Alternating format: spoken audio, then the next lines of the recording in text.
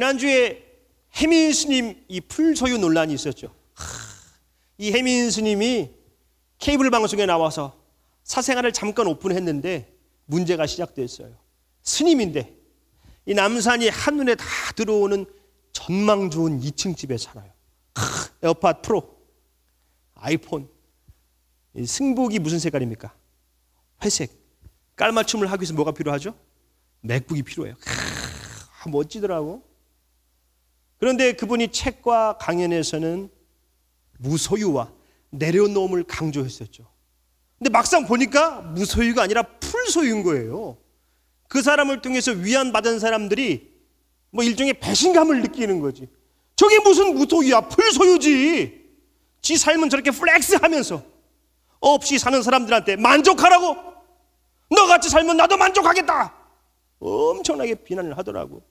같은 하버드 출신인 현각 스님은 그를 뭐라고 비판했느냐. 비난이죠. 이것은 사업가다, 연예인이다, 부처의 가르침을 팔아 지옥으로 가는 기생충이라고 했어요.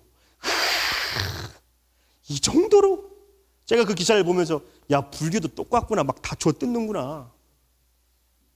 그리고 대체 얼마를 해먹었길래 그런가 하고 확인을 해봤는데 제가 생각했던 것보다는 한참 못했어요. 솔직한 말로다. 그 전망 좋은 집이 8억 원이래요. 9억 원에 팔았다고 하는데 뭐 그 소유가 물론 뭐 해민이다 뭐 어쩌다 이런 얘기도 있는데 여러분 그 사람 돈 엄청 벌었어요. 멈출 때 비로소 보이는 것들이란 책은 300만 부가 넘게 팔렸습니다. 100만 부 팔면 밀리언셀러 곱하기 3이요. 방송에 강연에 하버드 출신 집안도 빵빵합니다. 돈이 많다고. 근데 그렇게 돈이 많은데 내가 생각했던 것에 비해서는 이 정도라고? 여러분 여기 길 건너 바로 맞은편에 있는 아파트가 최근 실매매가가 19억이에요. 바로. 근데 돈을 그렇게 어마무시하게 번 사람이 8억 원짜리 집을 산다고 저렇게 비판하나? 오해하지 마세요. 물론 8억 원 큰 돈이죠. 근데 그 사람이 번 것에 비해서 그리고 그 사람한테 기대를 했던 사람들은 실망이 크니까. 근데 내가 뭐 스님한테 기대를 하겠어. 나는 아무런 기대를 안 했지. 뭐 관심도 없어서 솔직한 말로다가 그냥 베스트셀러 작가지. 방송 종교인 그런 거였죠. 근데 사람들은 스님이 저래 살아야지. 저게 뭐야? 그런데 해민 스님의 이 풀소유 논란을 통해서 저를 돌아보는 시간을 가진 건 맞아요. 저도 고백을 하자면은 최신 블루투스 이어폰이 있습니다. 갤럭시 버즈 플러스. 물론 여러분들이 사줬어. 그리고 스마트워치도 있습니다. 갤럭시 액티브 2 44mm짜리 담임 목사님보다 더 좋은 거예요. 물론 이것도 누가 사줬어. 더 놀라운 것은 이걸 키면 여기에 롤렉스가 떠요. 얼마 전에 동범이가 자기 시계 보여주더라고. 애플워치인데 롤렉스야. 그래서 내가 우와 너도 하고 싶다. 제가 알아봐서 나도 했지. 이렇게 탐욕적이죠. 이게 있어요. 저 아이패드도 있습니다. 설교면 지금 아이패드를 보고 있네. 노트북도 있어요. 자동차도 있습니다. 집만 없이 다 있어요. 만약에 제가 해민처럼 유명하고 베스트셀러 작가면 내가 집 안 샀을까? 19억짜리는 아니더라도 그래도 신축 빌라 정도는 샀을 거 아니에요. 솔직한 말로다가. 최근에 장모님 장인어른이 아파트로 이사를 갔어요. 군산. 반전세 개념이더라고요. 1억을 보증금으로 넣으면 한 10만 원 정도 내고 사는 건데 엄청 좋아요. 군산 시내가 다 보이더라고. 새 아파트, 새 아파트. 앉아있으면 막 힐링이 돼. 와, 다 보인다. 그 차 마시면서 보잖아요. 근심 걱정 다 사라져. 너무 좋더라니까. 거기 살고 싶더라고. 내가 돈만 있으면 그 집을 샀을 거예요 아마. 돈이 없어서 못 사는 거지. 솔직히 나도 뭐 궁상 떨면서 살고 싶지는 않잖아. 부자로는 못 살아도 그래도 뭐 내 식구 남한테 손 벌리지 않고 좀 베풀면서 여행도 조금 다닐 수 있는 뭐 그런 그렇게 살고 싶은 마음이 있어요, 제 안에. 목사로서도 존경받고 교회도 성장시켜 나가면서 말이죠. 솔직한 말로 혜민이 돈 쓸 데가 어디 있어요, 걔가. 뭐 아내가 있어, 애들이 있어, 뭐 끼케야 지 집이랑 뭐 에어팟이 다잖아요. 난 돈 쓸 데 많거든. 돈만 있으면 뭐. 여러분, 혜민이 왜 비난을 받았지? 무소유와 내려놓음을 강조했는데 풀소유였기 때문에 그래요. 자, 무소유와 내려놓음. 자, 무소유는 불교적 용어가 맞습니다. 그리고 법정 스님이라고 있었어요. 그분이 무소유란 에세이를 써가지고 무소유 하면 그냥 불교적 용어로 확정이 됐지. 그런데 내려놓음은 달라. 원래 내려놓음은 불교적 용어였었는데 이용규 선교사님이란 분이, 그분도 하버드 출신이에요. 대박이 났어, 그 책도. 내려놓음을 써가지고. 여러분들 밀리언셀러 작가가 되고 싶으면 간단합니다. 하버드를 나오면 돼. 하버드. 내려놓음. 나의 만족과 유익을 위해서 누렸던 모든 것들을 내가 이제 내려놓는다. 배설물로 여긴다. 예수님으로 만족한다. 내려놓으면 그래서 기독교적 용어가 됐어요. 자, 목사로서 내려놓음에 대해서 설교하지 않은 사람은 아마 없을 거예요. 만약 있다고 하면 그 사람이 이상한 사람일 거야. 만약 누가 저에게 당신 예수를 위해 내려놓는다고 하면서 대체 뭘 내려놨습니까? 예수님이면 다라며요. 그 뭐예요? 그 갤럭시 워치가 뭘 내려놨어요? 뭘 내려놨지 내가 대체? 내려놓은 게 있나? 근데 그 생각을 했다니까요. 혜민이 그렇게 비난받는 거 보면서 사람들은 날 비난하지 않겠지만 하나님이 물어보신다면 뭐라고 얘기하지? 내가 하나님 나라를 위해 살아가는가? 먹고 사는 문제에 사로잡혀 살아가는가? 오늘 본문은 너무나 잘 알고 있죠? 예수님께서 먹고 사는 게 전부가 된 사람들에게 말씀하시는 거예요. 26절에 공중에 새를 보라. 심지도 않고 거두지도 않고 창고에 모아 들이지도 아니하되 너희 하늘 아버지께서 기르시나니 너희는 이것들보다 귀하지 아니하냐. 여기서 심는다, 거둔다, 모아들인다는 당시 이 농업의 세 가지 특징적인 일이에요. 그때는 다 그랬어. 심고 자라면 거두고 모아들여서 먹고 살았다고. 근데 새들은 안 해. 그런데도 하나님이 다 돌보신다. 야, 새들도 저렇게 돌보시는데 하늘 아버지께서 너희들을 안 돌보주시겠냐? 하시는 거죠. 그리고 계속해서 말씀하십니다. 28절로 29절에 너희가 어찌 의복을 위하여 염려하느냐? 들의 백합화가 어떻게 자라는가 생각하여 보라. 수고도 아니하고 길쌈도 아니하느니라. 그러나 내가 너희에게 말하노니 솔로몬의 모든 영광으로도 입은 것이 있고 하나만 갖지 못하였느니라. 자, 이 백합화가 자라는 것에 대해서는 이 가정에서 하는 두 가지 특징적인 일을 말씀하고 계세요. 수고하는 것은 집안일을 말해요. 집안일 엄청 빡셉니다, 여러분들. 결혼하면 꼭 아내를 위해서 집안일을 하십시오. 길쌈하는 것은 옷 만들어 입는 거예요. 당시 때는 무조건 그걸 했거든. 근데 백합은 안 해. 그런데도 하나님께서 솔로몬의 영광보다 더 아름답게 입히셨는데, 야, 너는 하나님의 자녀, 너 안 입히시겠느냐? 그렇게 말씀하시는 것이죠. 오늘 있다가 내일 아궁이에 던져지는 들풀도 하나님 이렇게 입히시거든. 하물며 너희일까 보냐 믿음이 작은 자들아. 자, 새들도 꽃들도 하나님이 돌보시니까 그 돌보심을 신뢰하면서 저렇게 살고 있는데, 하나님의 자녀라고 하는 너희들은 믿음이 얼마나 없으면 그렇게 염려하며 살아가느냐. 근데 솔직하게 염려 안 할 수 있어? 응? 염려 안 하고 먹고 살 수 있습니까? 낙원에서는 가능했어요. 낙원, 에덴에서는 땅이 인간들에게 막 먹을 걸 줬습니다. 근데 죄가 땅에 들어오고는 이 땅이 이제 가시덤불과 엉겅퀴를 내요. 그래서 인간은 이제 먹고 살려면은 땅을 갈아엎어야 돼요. 농사를 지어야 돼. 얼굴에 땀을 흘려야지만 먹고 살 수 있다고 성경이 말씀합니다. 아, 그러니까 당연히 염려하죠. 일하는 게 힘들잖아요. 농사가 뭐 내 뜻대로 돼요?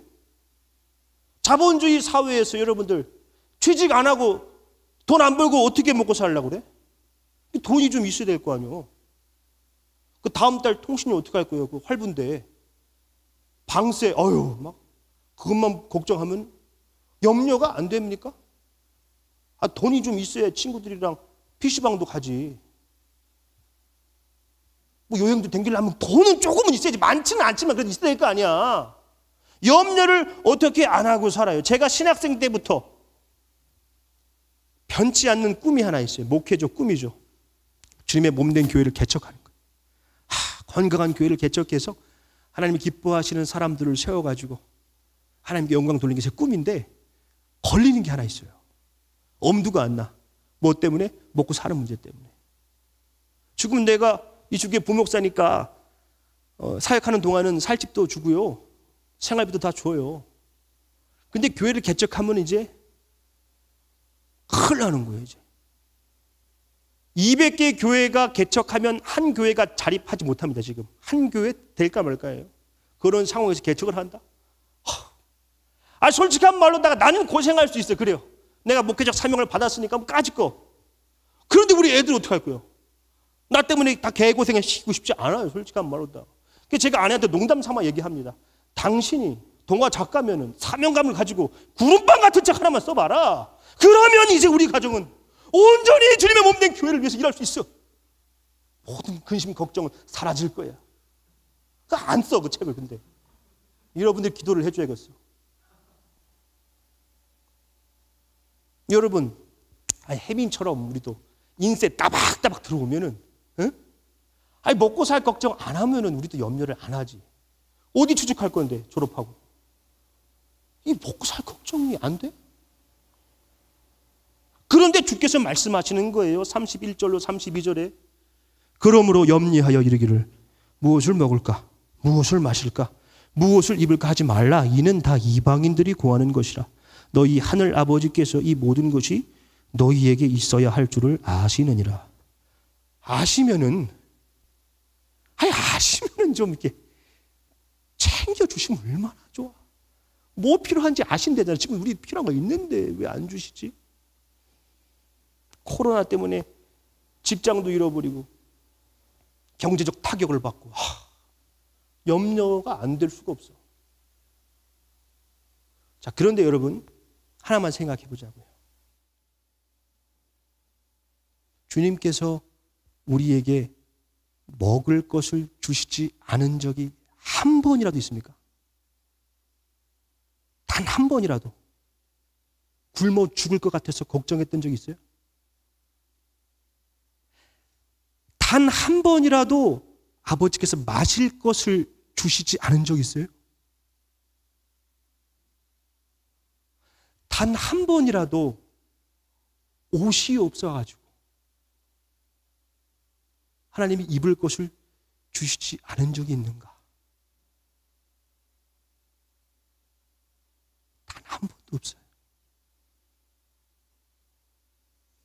그런데 왜 우리가 염려하죠? 나의 탐욕만큼 먹고 마시고 입지 못하기 때문이죠. 나의 욕심만큼. 바울은 디모데전서 6장 8절에서 말씀합니다. 우리가 먹을 것과 입을 것이 있은즉 족한 줄로 알 것이니라. 우리에게 먹을 것도 있고 입을 것도 있죠. 그런데 만족할 줄 모르죠. 우린 더 먹고 더 입을 것이 필요하기 때문에 그렇습니다. 여러분, 우리가 진짜 먹고 살 걱정은 안 하려면 대체 얼마가 있어야 될까? 염려 안 하려면. 상가 건물 하나 있어가지고 임대료 따박따박 받으면 염려 안 할까? 그럴 수도 있겠네요. 그죠?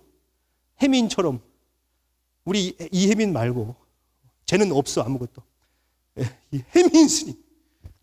베스트셀러라서. 이제 좀 타격이 있긴 하겠네. 근데 인세가 막 들어오니까 저작권료. 뭐 그게 계속 들어오면 괜찮을까?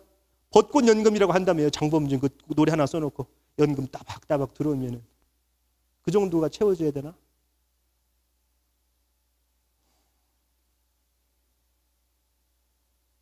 풀 소유를 원하나요? 우리도 전망 좋은 2층 집. 그래도 차는 외제차. 존 파이퍼 목사님이 삶을 허비하지 말라는 책에서 인생의 비극을 이렇게 설명을 해요. 사람들은 자신의 삶의 변화를 원하지 않는데요. 그냥 친구들, 사람들에게 조금 인기 있고 좋은 학교 들어가서 졸업해서 좋은 직장 들어가고 좋은 남편, 아내 만나서 결혼생활 잘 하고 건강하게 늙고 돈 좀 모아놓고 빨리 은퇴를 해서 긴 휴가 좀 노후 잘 지내고 편하게 죽고 지옥 안 가는 것을 원한대요. 근데 그게 비극이래. 우리가 다 원하는 건데 왜 비극이지? 결국에는 하나님의 심판대 앞에 섰기 때문에 그래요. 우리의 삶이 하나님의 나라에 합당한 삶인지 돌아보지 않고 내 욕망 쫓아 살다가 우리는 하나님 앞에 서게 돼요. 그때 내가 너에게 선물로 준 삶, 너는 나를 위해 뭘 하고 살았느냐? 저요? 저희 아파트 이거 샀는데요. 저요? 저 보세요. 차를 보시라니까. 이 정도. 우리가 그 심판대 앞에서 할 말이 없으면 인생을 허비한 것이죠. 마태복음 7장 21절 나더러 주여 주여 하는 자마다 다 천국에 들어갈 것이 아니요 다만 하늘에 계신 내 아버지의 뜻대로 행하는 자라야 들어가리라. 이 말씀 믿어요?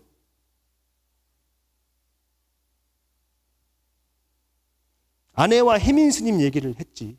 내가 고민을 많이 했으니까. 아내가 막 화를 내더라고. 아니 그런 스님이 어딨냐는 거야 대체. 그 맞는 말이지 그지? 그럴 거면 뭐하러 스님을 하냐는 거야. 그 맞는 말이지. 근데 그 말이 저한테 어떻게 들렸냐면은 먹고 살 걱정을 할 거면 뭐하러 목사를 해. 차라리 나가 돈을 벌어 인간아. 이렇게 들리더라니까.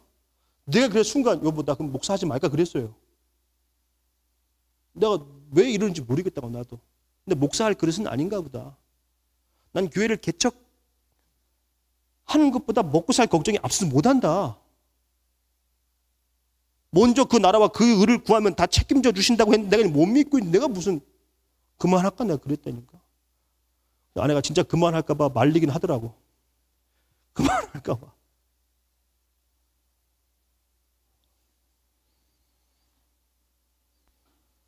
사도 바울은 살아도 주를 위해 살고 죽어도 주를 위해 죽겠다고 사나 죽으나 다 주님의 것이라고 그랬는데 나는 지금 뭐하고 어떻게 살아가나. 여러분 예수님을 왜 믿어요? 왜 믿어요? 지옥 가기 싫어서 믿나요?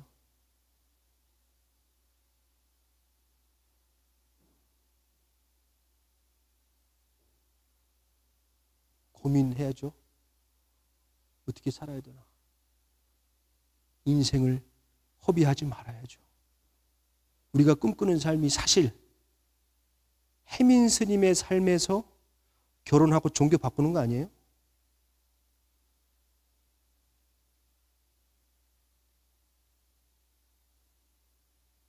그렇게 살면 세상은 우리 혜민처럼 비난하진 않을 거야. 그런데 우리 아버지는 분명 가슴 아파하실 거야. 인생을 허비했기 때문에.